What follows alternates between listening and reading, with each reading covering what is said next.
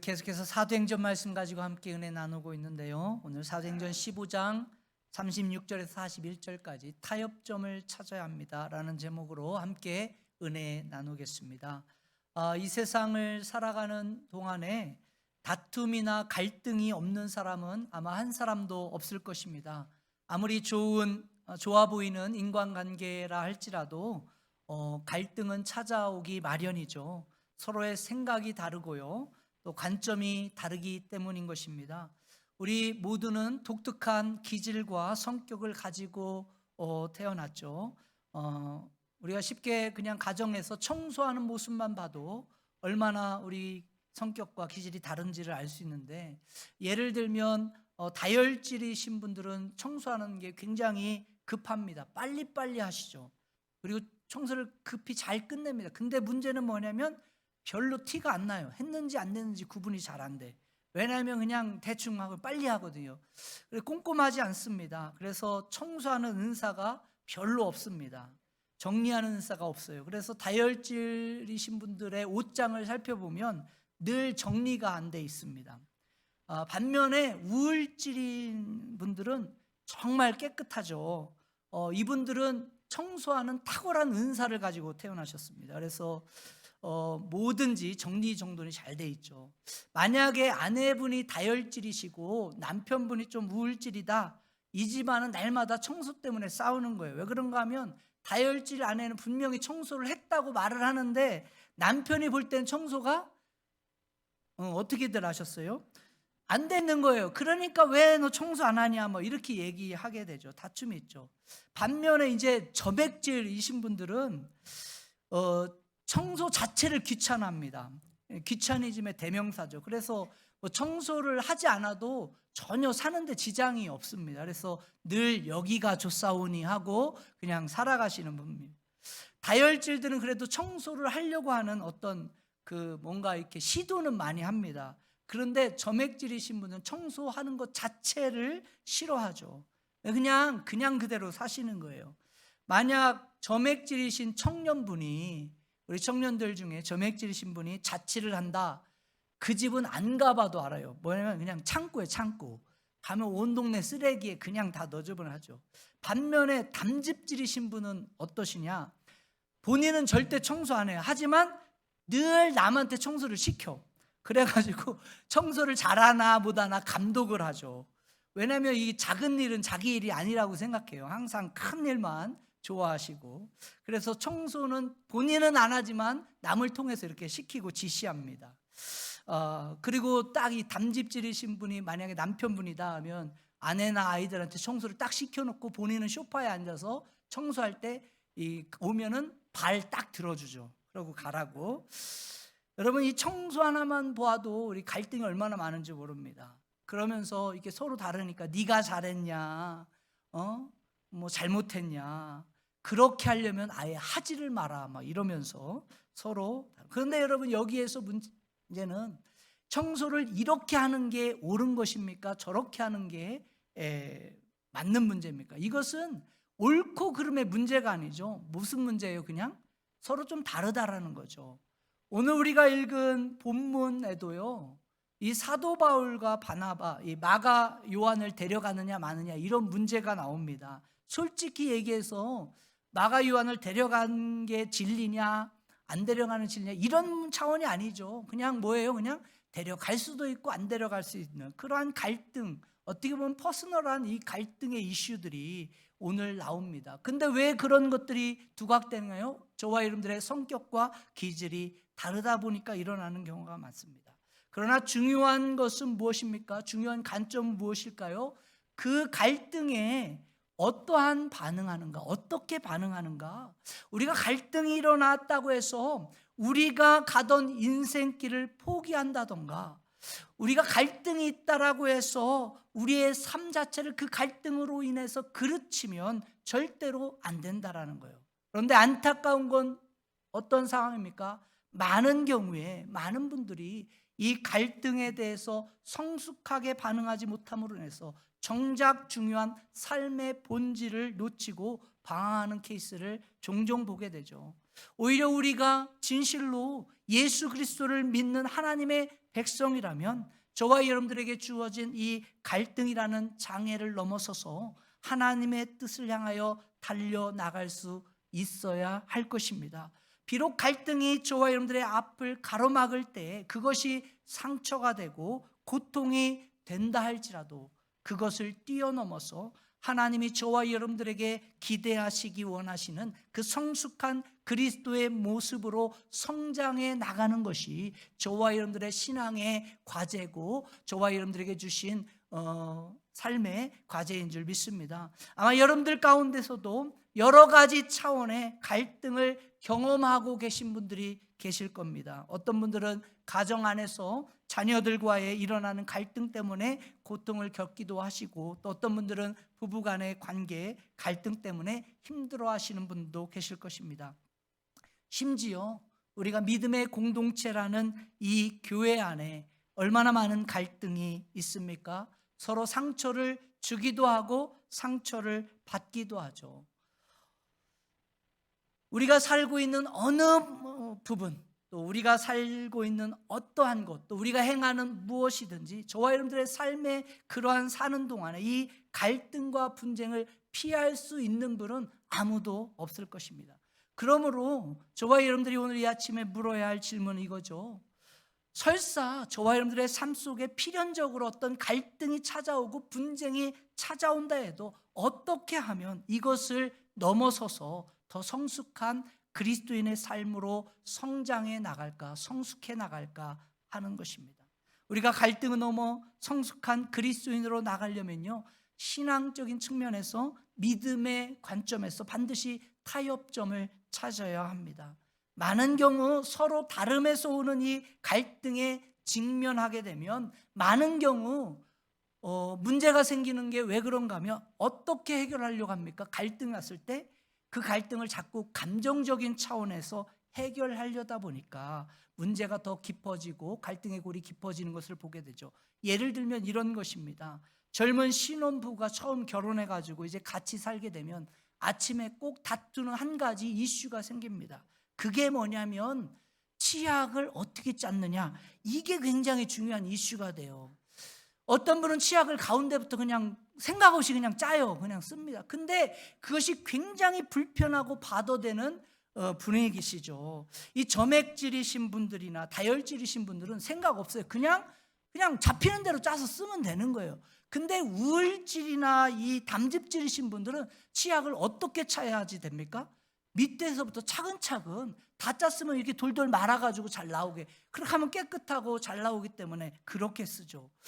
여러분, 이것을 가지고 얼마나 많은 분들이 신경전을 벌이고 서로 싸우는지 모릅니다. 그렇다 보니까 아침에 일어난 젊은 부부들이 화장실만 갔다 오면 서로 티격태격하죠. 남편이 아내에게 이야기합니다.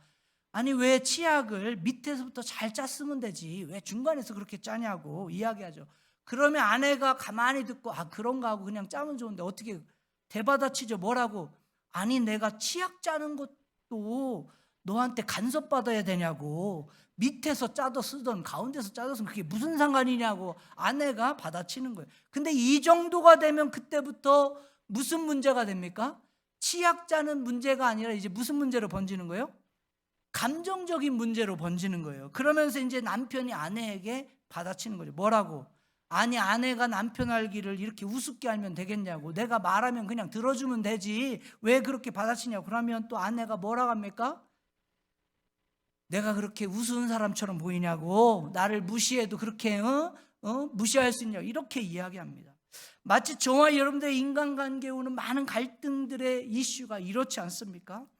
우리가 주장하는 이 주장들은 대부분 어떤 진리의 문제 이런 게 아니도 그것이 맞다 오르는 이런 문제하고 전혀 관계가 없습니다. 서로 팽팽하게 맞서는 이러한 대치된 문제가 뭐 때문에, 무슨 문제로? 감정적인 그런 문제로 변질되어져서 서로 상처를 주게 되고 담을 쌓게 되고 갈라서게 되는 것을 보게 되죠. 여러분, 이와 같은 인간관계에서 오는 이 갈등의 문제가 저와 여러분들만의 문제일까요? 아닙니다. 성경에 나오는 수많은 위대한 믿음의 선진들도 우리와 동일한 그 문제로 갈등을 한 것을 보게 되죠. 오늘 같이 봉독한 본문에 보시면 지금까지 살펴본 이 사도행전의 이슈와는 전혀 다른 아주 퍼스널한 개인적인 갈등의 이슈를 하나 다루고 있습니다. 우리가 15장 36절을 보시게 되면 이 갈등이 시작된 첫 부분이 오늘 성경에 이렇게 묘사하고 있죠. 36절 같이 한번 읽어보실까요? 시작. 며칠 후에 바울이 바나바더러 말하되 우리가 주의 말씀을 전한 각 성으로 다시 가서 형제들이 어떠한가 방문하자 하고. 여러분, 이것은 사도 바울의 2차 선교 여행의 첫 출발을 알리는 그러한 장면입니다. 사도 바울은 1차 선교를 다녀온 이후에 본인이 개척하고 세웠던 그런 여러 교회들을 다시 방문하여 그들이 지금 어떻게 믿음 생활을 하고 있는지 점검도 하고 또 격려도 해서 그 교회들을 든든히 세우고자 하는 그러한 계획을 가지고 2차 선교여행을 떠나게 됩니다. 그런데 이와 같은 선교여행의 출발선상에서 한 가지 문제가 발생한 거예요. 37절 38절을 한번 같이 읽어보실까요? 시작. 바나바는 마가라 하는 요한도 데리고 가고자 하나 바울은 밤빌리아에서 자기들을 떠난 함께 일하러 가지 아니한 자를 데리고 가는 것이 옳지 않다 하며. 지금 마가 요한이라는 인물이 가운데 섭니다. 사도행전 13장 13절을 보시게 되면 바울과 바나바가 1차 선교여행을 떠났을 때 원래는 마가 요한이 동행을 했던 거죠. 그런데 여러 가지 많은 반대에도 부딪히고 위험한 일도 겪게 되면서 아마도 나이가 어리고 경험이 부족했던 이 마가 요한이 중간에 도중에 하차해버리는, 그래서 자신의 집으로 돌아간 그러한 사건이 있었던 것입니다. 이 마가 요한에 대해서 바나바는 지금 어떤 스탠스를 가지고 있는 거예요? 처음 선교여행을 갔을 때는 마가 요한이 어리고 경험도 부족했기 때문에 이번에 두 번째 선교여행을 갈 때 다시 한번 데려가자. 그래서 마가 요한으로 하여금 다시 한번 이 선교 사역의 기회를 한번 제공하자, 이런 스탠스죠. 그런데 38절에 의하면 사도 바울의 반응은 어떻습니까? 단호하게 그것에 대해서 뭐라고 이야기하겠어요? 노라는 거예요. 지난번 갔을 때 그렇게 도중하차했던 사람인데 두 번째 데려간다고 해서 똑같은 일이 반복하지 않을 것 같으냐. 한 번 도중에 하차했으면 또 어려운 일은 마찬가지로 또 중간에 하차할 것이다. 절대로 데려갈 수 없다. 이렇게 반대를 한 것입니다. 여기에서 제가 질문 하나 드리겠습니다. 여러분, 이 상황에서 바나바가 맞습니까? 바울이 맞습니까? 자, 바나바가 맞다 한번 손들어 보실까요? 바울이 맞다 한번 손들어 보십시오. 아무도 안 손들죠. 그럴 줄 알고 질문했습니다. 그런데 여러분, 문제는 무엇입니까? 바울과 바나바가 서로, 이거는 무슨 문제예요? 진리의 문제가 아니죠. 그런데 서로 이 바나바 또 바울 서로 그 뜻을 굽혀요, 굽히지 않아요? 굽히지 않습니다. 37절에 보면은 바나바가 이 마가 요한을 데리고 가자 하니라고 했는데, 여기서 데리고 가자 하니 이 구절 자체가 여러분 미완료 시제예요. 여러분, 헬라어에서 미완료 시제는 뭐냐면 반복적인 행동이나 고집을 이야기하는, 얼마나 고집세게 나는 무조건 마가 요한 데려가야 된다, 이런 스탠스를 가지고 있는 거예요. 그런데 여러분, 이 바나바 못지않게 38절 바울 또 어떻습니까? 데리고 가는 것이 옳지 않다 38절에 나오는데, 여러분, 이 표현 또한 미완료 시제예요. 사도 바울도 어떻게 하는 거예요? 나도 절대로 데려가는 거 찬성 못한다. 서로 이렇게 양대양극으로 절대로 못 데려간다. 여러분, 우리가 인간관계 가운데 갈등의 골이 깊어지는 것은요, 서로 뜻을 굽히지 않기 때문이죠. 그리고 어떤 스탠스입니까? 나는 맞고 너는 틀렸다라는 거예요.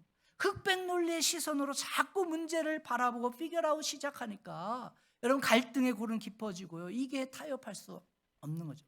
그러나 성경의 가르침은 무엇입니까? 갈등이 있을 때 뭘로 반응하지 말라는 거예요? 감정적으로 반응하라고 가르치지 않습니다. 서로 한 발짝 양보하라고 가르치죠. 서로 한 걸음 물러서서 양보하고 타협점을 찾으라 성경은 가르쳐주고 있습니다. 오늘 본문 가운데 나오는 이 바울과 바나바의 케이스 마찬가지입니다. 서로 한 발짝 양보하고 타협점을 충분히 찾을 수도 있었던 것이죠. 이것을 레슬리 플린이라는 이 신학자는 이렇게 설명을 해주고 있어요. 바울이 찾을 수 있는 타협점은 이런 것이다 라고 이야기하죠.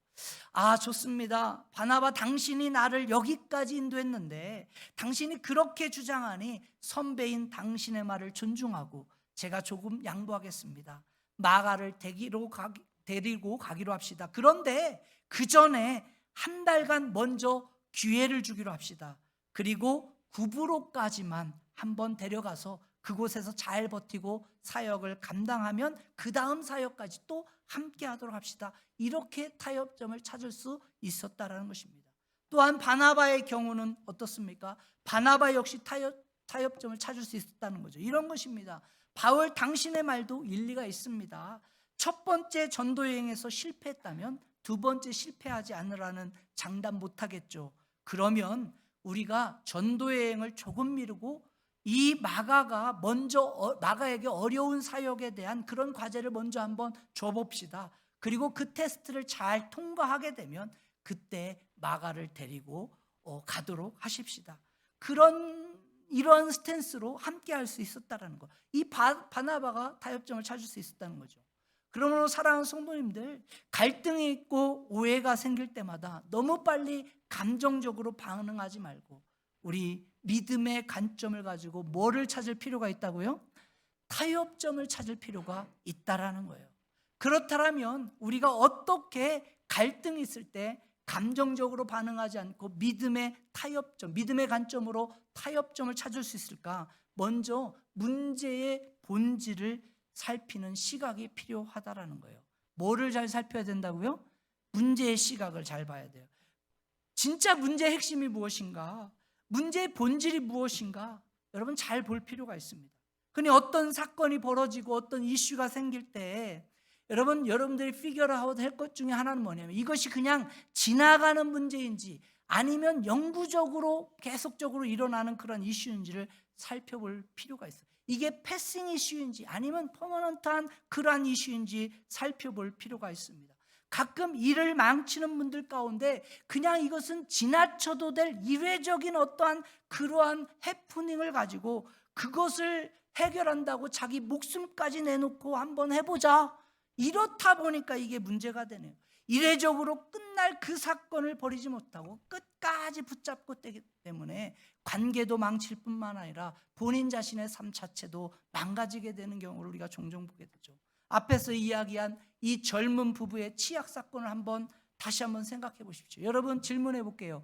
자, 치약자는 이 문제가 패싱 이슈일까요? 아니면 퍼머넌트한 이슈일까요? 그냥 영구적인 어떤 문제예요? 아니면 그냥 지나갈 수도 있는 이유입니까?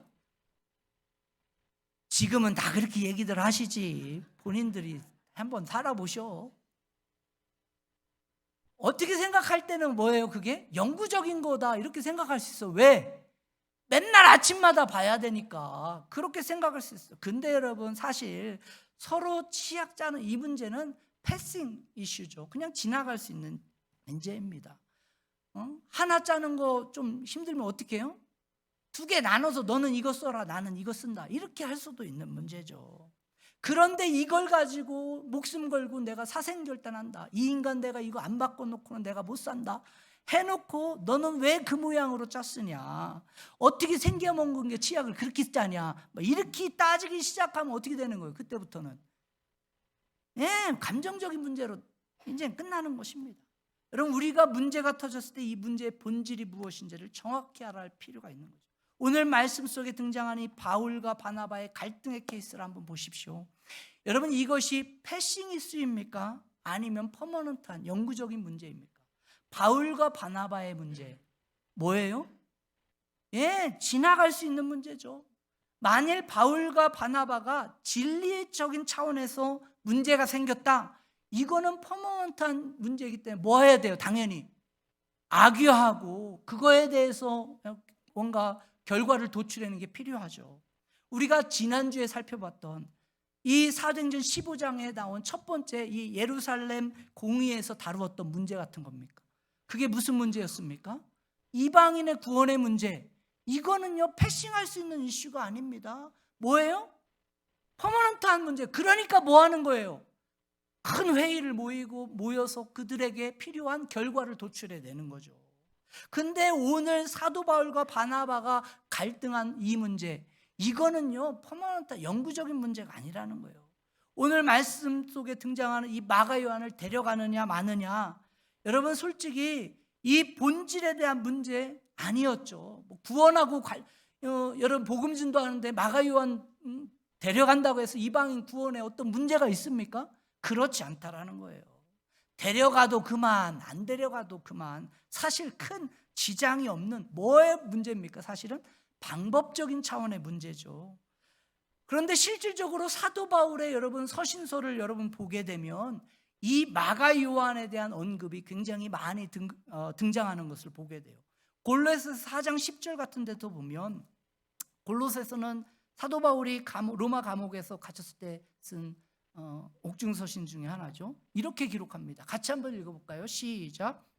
나와 함께 갇힌 아리스다고와 바나바의 생질 마가와 이 마가에 대하여 너희가 명을 받았음에 그가 이르거든 영접하라. 지금 감옥에 누구와 함께 갇혔다고 했어요? 마가와 함께 갇혔다라는 거예요. 여러분, 만일 마가 요한과 사도 바울이 오늘 이 사도행전 15장에 있었던 사건으로 말미암아 영원히 등을 지고 갈등 때문에 얼굴도 안 보는 그런 사이가 되었다면 골로새서 4장 10절 말씀이 존재할 수 있었을까요? 없었습니다. 그렇다면 그렇다면 뭡니까? 틀림없이 어느 시점인가 이 사도 바울과 마가 요한은 다시 뭐예요? 갈등이 해결된 이후에 다시 만나서 함께 동역자였다 알 수 있죠. 그래서 로마가 감옥에 갇혔을 때 이 마가 요한도 같이 갇히게 된 거죠. 그러면서 여러분 빌레몬서 1장 24절을 보면 이 사도 바울이 마가 요한을 뭐라고까지 칭하는가? 같이 한번 읽어봅시다. 시작. 또한 나의 동역자 마가 아리스다고 데마 누가가 문안하느니라. 한때는 이와 같이 갈등으로 있었지만 다시 복음을 위해 뭐 했다라는 거예요? 뭉쳐서 나의 동역자가 됐다, 이렇게 말씀하고 있죠. 디모데후서 4장 11절 말씀 같은 경우에는 여러분 디모데후서는 아시겠지만 사도 바울의 유언과 같은 서신서입니다.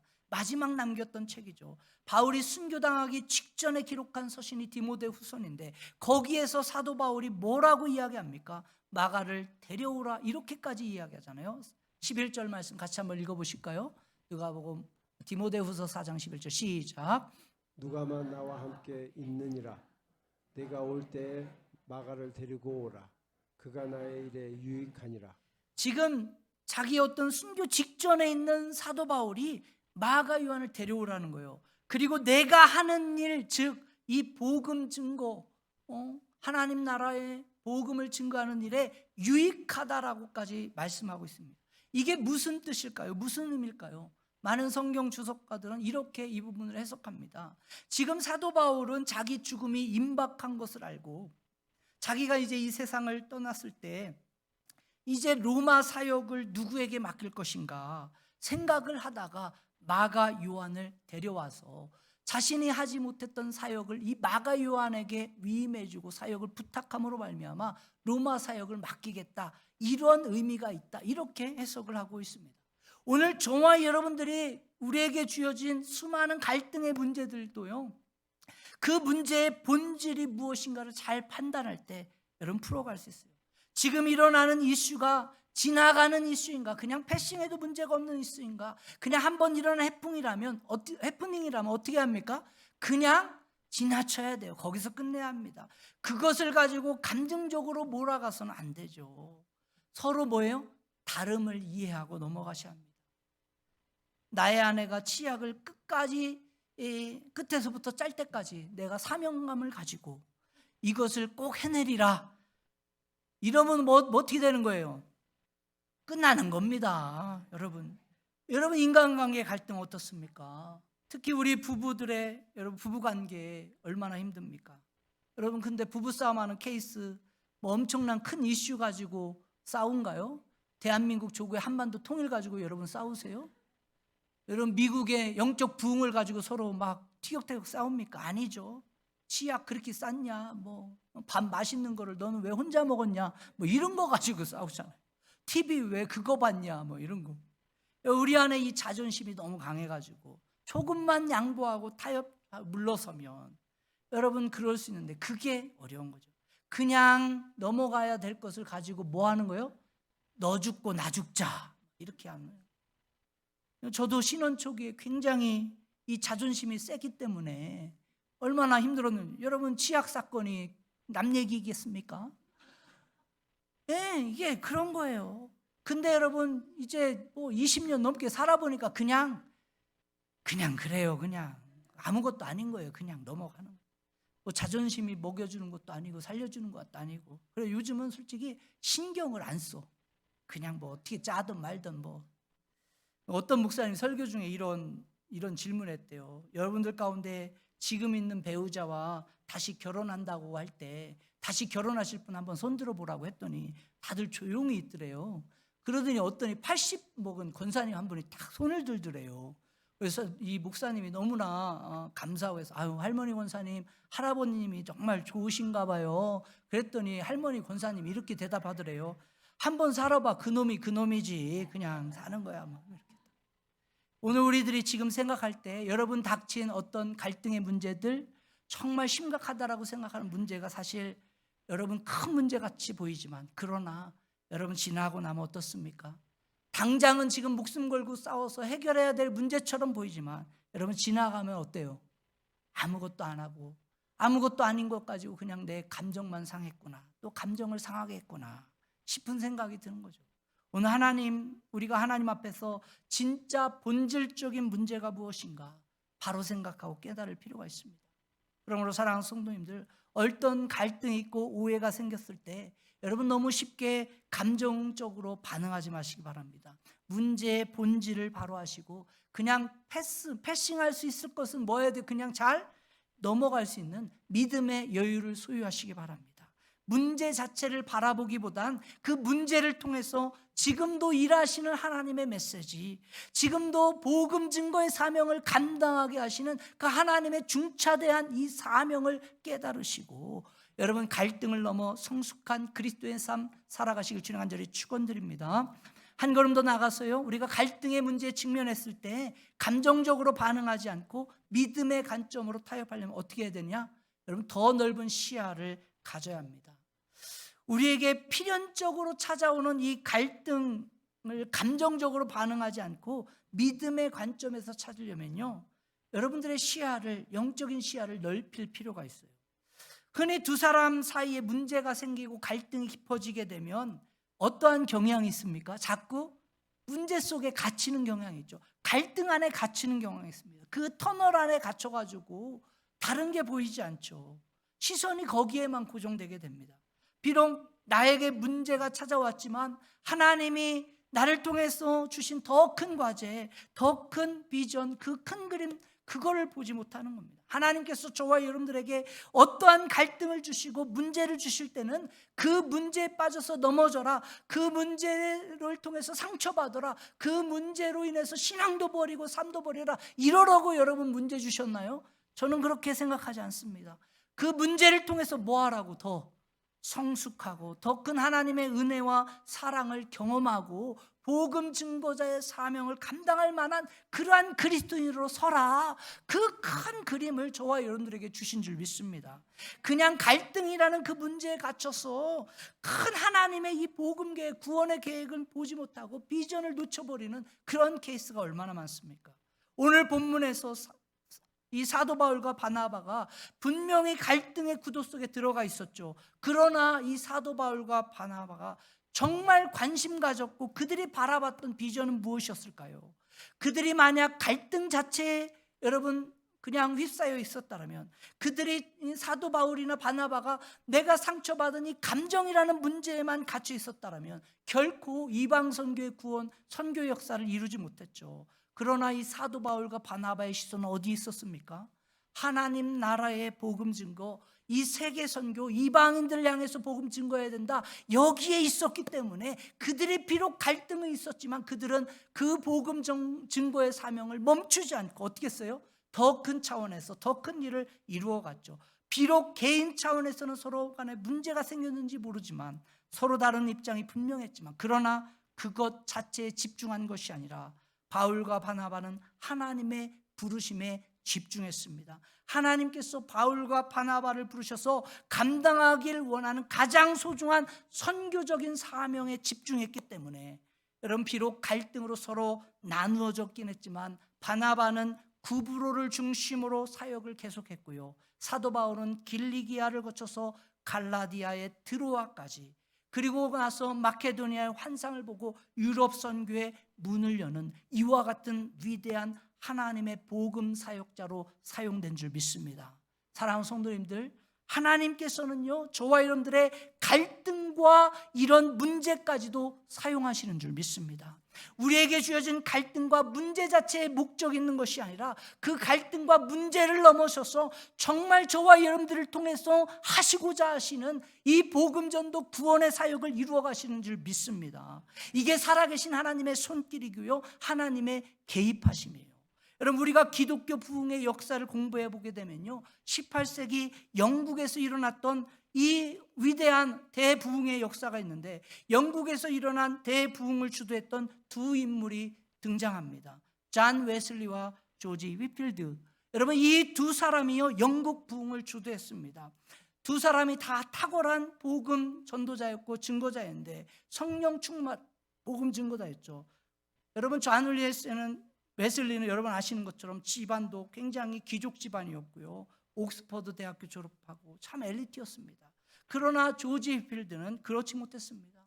그런데 조지 휘필드가 설교할 때요, 불을 토해내는 것 같은 강력한 메시지가 이 조지 휘필드 통해서 나왔던 거죠. 영적인 파워가 어마어마했습니다. 그런데 이 존 웨슬리와 조지 휘필드, 이 두 사람이 같이 영국 전역을 다니면서 엄청난 부흥의 역사를 일으키다가 오늘 본문 사도 바울과 바나바가 경험했던 것 같은 그러한 갈등을 경험하게 됩니다. 두 사람 사이에 문제가 생긴 거예요. 일단 두 지도자가 문제가 생기니까 그때부터 어떻게 됩니까? 이 부흥의 역사가 영적 이 부흥 각성의 이런 운동들이 지장을 받게 되는 거예요. 어려움을 겪게 됩니다. 그때 조지 휘필드는 가차없이 다음과 같이 선포하고 여러분, 미국으로 떠나죠. 조지 휘필드는 무대에서 사라지고 오직 그리스도의 영광만 남지어다, 이 말을 선포하고요, 조지 휘필드는 지금까지 영국에서의 모든 사역을 내려놓고 그 당시 신대륙이었던 미국으로 건너왔습니다. 여러분, 미국으로 건너왔는데 그때 미국에 어떤 일이 일어나고 있던 시기입니까? 미국의 영적 대각성 운동이라고 하는 The First Great Awakening, 그래서 제1차 영적 각성이 막 일어나고 있었던 때요. 그때 이 조지 휘필드가 미국에 건너와서 사역을 감당하는데요, 여러분, 미국의 영적 대각성 운동 초창기에 이 조지 휘필드의 사역을 통해서 동부 지역 중심으로 어떻게 보면 각 지역의 로컬의 부흥의 역사가 있었던 것이, 여러분, 이 조지 휘필드의 사역을 통해서 내셔널리 전국을 향해서 미국 전체를 향해 펼쳐져 가는 강력한 복음의 역사의 그러한 현장에 쓰임받던 사람, 이 사람이 누구예요? 바로 조지 휘필드였어요. 여러분, 조지 휘필드는 한 곳에 머무는 사람이 아니었습니다. 다니면서 복음을 외치는 사람이었죠. 그래서 동부뿐만이 아니라 남부, 서부, 여러분, 우리가 지금 소위 바이블 벨트라고 부르는 그러한 지역에 다니면서 이 복음의 구원을 선포했을 때 가는 곳곳마다 하나님의 부흥을 경험하고 교회가 세워지고 하나님의 놀라운 역사가 일어났죠. 그 이후에 그중 나온 두 개의 큰 교단이 있어요. 그 첫 번째 교단이 감리교단이고 또 하나가 오늘 우리 서던 배프티스트입니다. 오늘날 미국의 대부흥을 주도했던 인물, 그러면 우리는 조지 휘필드라는 이 사람의 역할이 얼마나 중요했는지를 발견하게 됩니다. 이 두 사람의 갈등만 생각하면 문제였고 아픔이었고 상처였죠. 그러나 그것은요, 하나님의 입장에서 봤을 때는 뭐예요? 하나님의 일하심이고 개입하심이죠. 하나님은 영국과 이 미국 두 곳에 부흥의 불 붙이기 위해서 이 두 사람을 사용하신 줄 믿습니다. 오늘 저와 여러분들의 인생도 저는 마찬가지라고 생각해요. 우리 인생 가운데 문제가 분명히 있습니다. 갈등이 있고요, 분쟁이 있을 수 있습니다. 상처와 아픔이 있을 수 있어요. 그러나 하나님은 이 갈등을 풀어낼 수 있는 해답도 이미 가지고 계신 분인 줄 믿습니다. 우리가 우리의 감정대로 그 갈등에 반응하지 않고 믿음의 차원에서 갈등을 보고 타협점을 찾아간다면 반드시 하나님은 그 갈등을 통해서 하나님 구원에 일하는데 저와 여러분들을 사용하시는 줄 믿습니다. 오늘 여러분들에게 주어진 문제가 어떤 차원의 문제이든 나의 힘으로 아무리 풀려고 해도 풀리지 않는 갈등 속에 처해 있다 해도 여러분 결단코 포기하지 마시기 바랍니다. 그 갈등과 문제를 가지고 예수 그리스도의 십자가 앞에 가지고 나오시길 주님 간절히 축원드립니다. 여러분, 십자가는 모든 갈등을 치유할 수 있는 하나님의 능력의 장소입니다. 하나님과 원수되었던, 하나님과 갈등의 구조였던 저와 여러분들을 하나님께서 하나님의 자녀로 변화시켜 주셨던 그 장소가 십자가인 줄 믿습니다. 그러므로 십자가 앞에 나아갔을 때 치유받지 못할 갈등이 없고요, 예수 그리스도의 보혈의 능력 앞에 가져왔을 때 치유되지 못할 상처가 우리 마음의 고통이 없는 줄 믿습니다. 하나님은 우리의 인생 가운데 피할 수 없는 갈등을 주셨다라면 동시에 저와 여러분들의 모든 갈등을 해결하고 갈등을 넘어서 하나님의 구원의 역사를 이루어갈 놀라운 해결책도 하나님이 주신 줄 믿습니다. 우리 모두가 이 십자가 은혜를 통해서 새 사람 되어져서 그리스도의 성숙한 장성한 분량인 그리스도인이 되어져서 이 구원의 역사를 이루는 데에 저와 여러분들이 쓰임받아야 될 줄 믿습니다. 하나님의 복된 자녀로 오늘도 살아내야 될 줄 믿습니다. 오늘 여러분 가정 가운데 혹시 갈등으로 아파하시는 분 계십니까? 개인적인 갈등으로 힘들어하시는 분 계십니까? 혹은 교회 공동체 안에서 갈등으로 인해서 어려움 당하고 있는 분 계십니까? 그렇다면 여러분 뛰어넘으시기 바랍니다. 믿음의 관점에서 타협점을 찾으시고 오늘도 십자가의 은혜 앞에 구원을 이루어 가시는 하나님의 그 능력 앞에 나와 하나님의 역사하심 가운데 사용되는 주인공 되어지시길 주님 간절히 축원드립니다. 우리 한번 같이 이 시간 찬양 드리고요, 같이 결단하고 기도하기 원합니다. 원하고 바라고 기도합니다. 저와 여러분들의 고백이길 소망하고요, 오늘 이 아침에 십자가의 그 능력과 권능 앞에 결단하고 헌신합시다.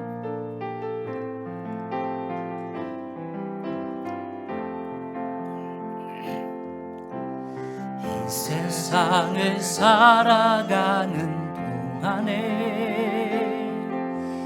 나의 믿음 의지할 수 없으니 기도하고 낙심하지 말 것을 주께서 참 소망이 되심이라. 하나님의 꿈이 나의 비전이 되고 예수님의 성품이 나의 인격이 되고 성령님의 권능이 나의 능력이 되길 원하고 바라고 기도합니다. 주의 길을 걸어가는 동안에 주의 길을 걸어가는 동안에 세상의 것 의지할 수 없으니 감사하고 낙심하지 말 것을 주께서 참 기쁨이 되심이라. 하나님의 꿈이 나의 비전이 되고 예수님의 성품이 나의 인격이 되고 성령님의 권능이 나의 능력이 되길 원하고 바라고 기도. 하나님의 꿈이 나의 비전이 되고 하나님의 꿈이 나의 비전이 되고 예수님의 성품이 나의 인격이 되고 성령님의 권능이 나의 능력이 되길 원하고 바라고 기도합니다. 우리 이 시간 이 아침에 함께 기도하며 나갔으면 좋겠습니다. 우리 기도할 때 여러분 삶 속에 존재하고 있는 수많은 갈등의 문제들 이 시간 주님 앞에 내어놓고 기도하십시다. 내가 아무리 노력하고 애쓰고 풀려고 해도 풀리지 않았던 이 갈등의 문제들 십자가 앞에 가지고 나오십시다. 하나님, 나의 힘으로 풀 수 없습니다. 주님의 십자가로 다시 만져주시고 회복시켜 주십시오. 기도하시기 바랍니다. 여러분 마음속에 혹 응어리지고 상처난 덩어리들 내가 해소할 방법 없습니다. 이 시간 성령 하나님께서 기름 부어주시고 성령의 능력으로 나를 만져주셔서 내 심령 깊은 곳에 응어리진 것들 풀어내주시고 새 사람 되게 해주십시오. 하나님의 거룩한 구원의 목적을 이루는데 사용되게 해달라고 우리 이 시간 주여 한번 힘차게 부르고 기도하며 나갑니다. 기도하겠습니다. 주여 아버지, 하나님의 꿈이 나의 비전이 예수님의 성품이 나의 인격이 되고 성령님의 능력이 나의 능력이 되길 원하고 바라고 기도합니다. 하나님의 꿈이 나의 비전이 되고 예수님의 성품이 나의 인격이 되고 성령님의 능력이 나의 능력이 되길 원하고 바라고 우리 함께 고백하실까요? 하나님의 꿈이 나의 비전이 되고 예수님의 성품이 나의 인격이 되어져서 성령님의 권능으로 성령님의 권능이 나의 능력이 되길 원하고 바라고 기도합니다.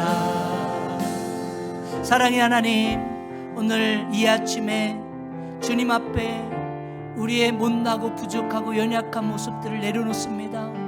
정말 아무것도 아닌 갈등의 여러 가지 이슈들로 그냥 지나갈 수 있었던 문제들로 너무나 감정적으로 대립하는 가운데 하나님의 구원의 역사들을, 복음의 증거들을 가로막았던 적이 얼마나 많은지 주님 앞에 내려놓습니다. 아버지, 정말 하나님의 나라가, 하나님의 꿈이 나의 비전이 될 수 있도록 도와주십시오.